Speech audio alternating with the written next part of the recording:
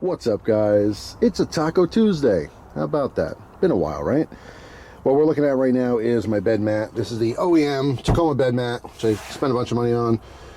Well, not a bunch of money. I forget exactly what it was, but bought it from the dealership because I really wanted a bed mat, and it works very well. You can see I use it a lot.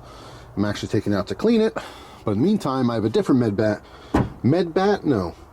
mat, excuse me, a little tongue-tied, to swap in and see what it's like. So the whole thing with the bed mats is the rubberized finish keeps things from sliding. So it's a negative if you're trying to slide something to the back. It's a positive if you don't want stuff moving. So more times than not, when I put something in the back here in the bed, I don't want it sliding around, a cardboard box with something in it or whatever it happens to be, and that's why I end up putting one in the Tacoma. So right now we're going to swap out with the new one. So right now it's all dirty.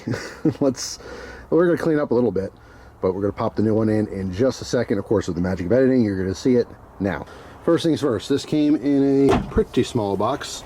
So this was folded in half, as you can see from the crease, and then these two lines are actually like purposeful creases, if you can see this. All right, so these were folded over as well, so it stores in a very small area, but it's not permanently creasing the rubber, like it's kind of made to be folded. That's kind of nice if you happen to take it out and you put it in storage or something.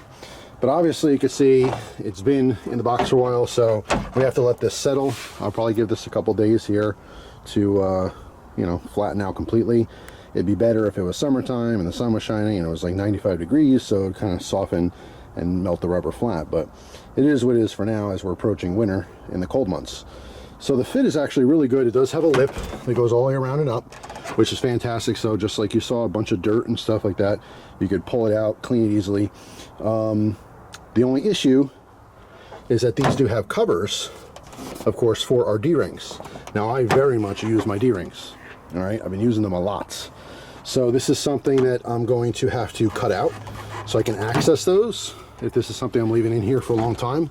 For now, it's fine. But like I said, if I plan on getting anything substantial that might need to be tied down, this would have to come out. So that could be, you know, a negative. It's not a huge deal to cut that out. This material is, like I said, it's plasticky on the back and smooth. The top is actually very grippy. This is why I was interested in this. Let me give you a zoom in. The pattern here is super, super grippy. And I wanted to see how that would compare, you know, to the original as far as keeping things, you know, from sliding around.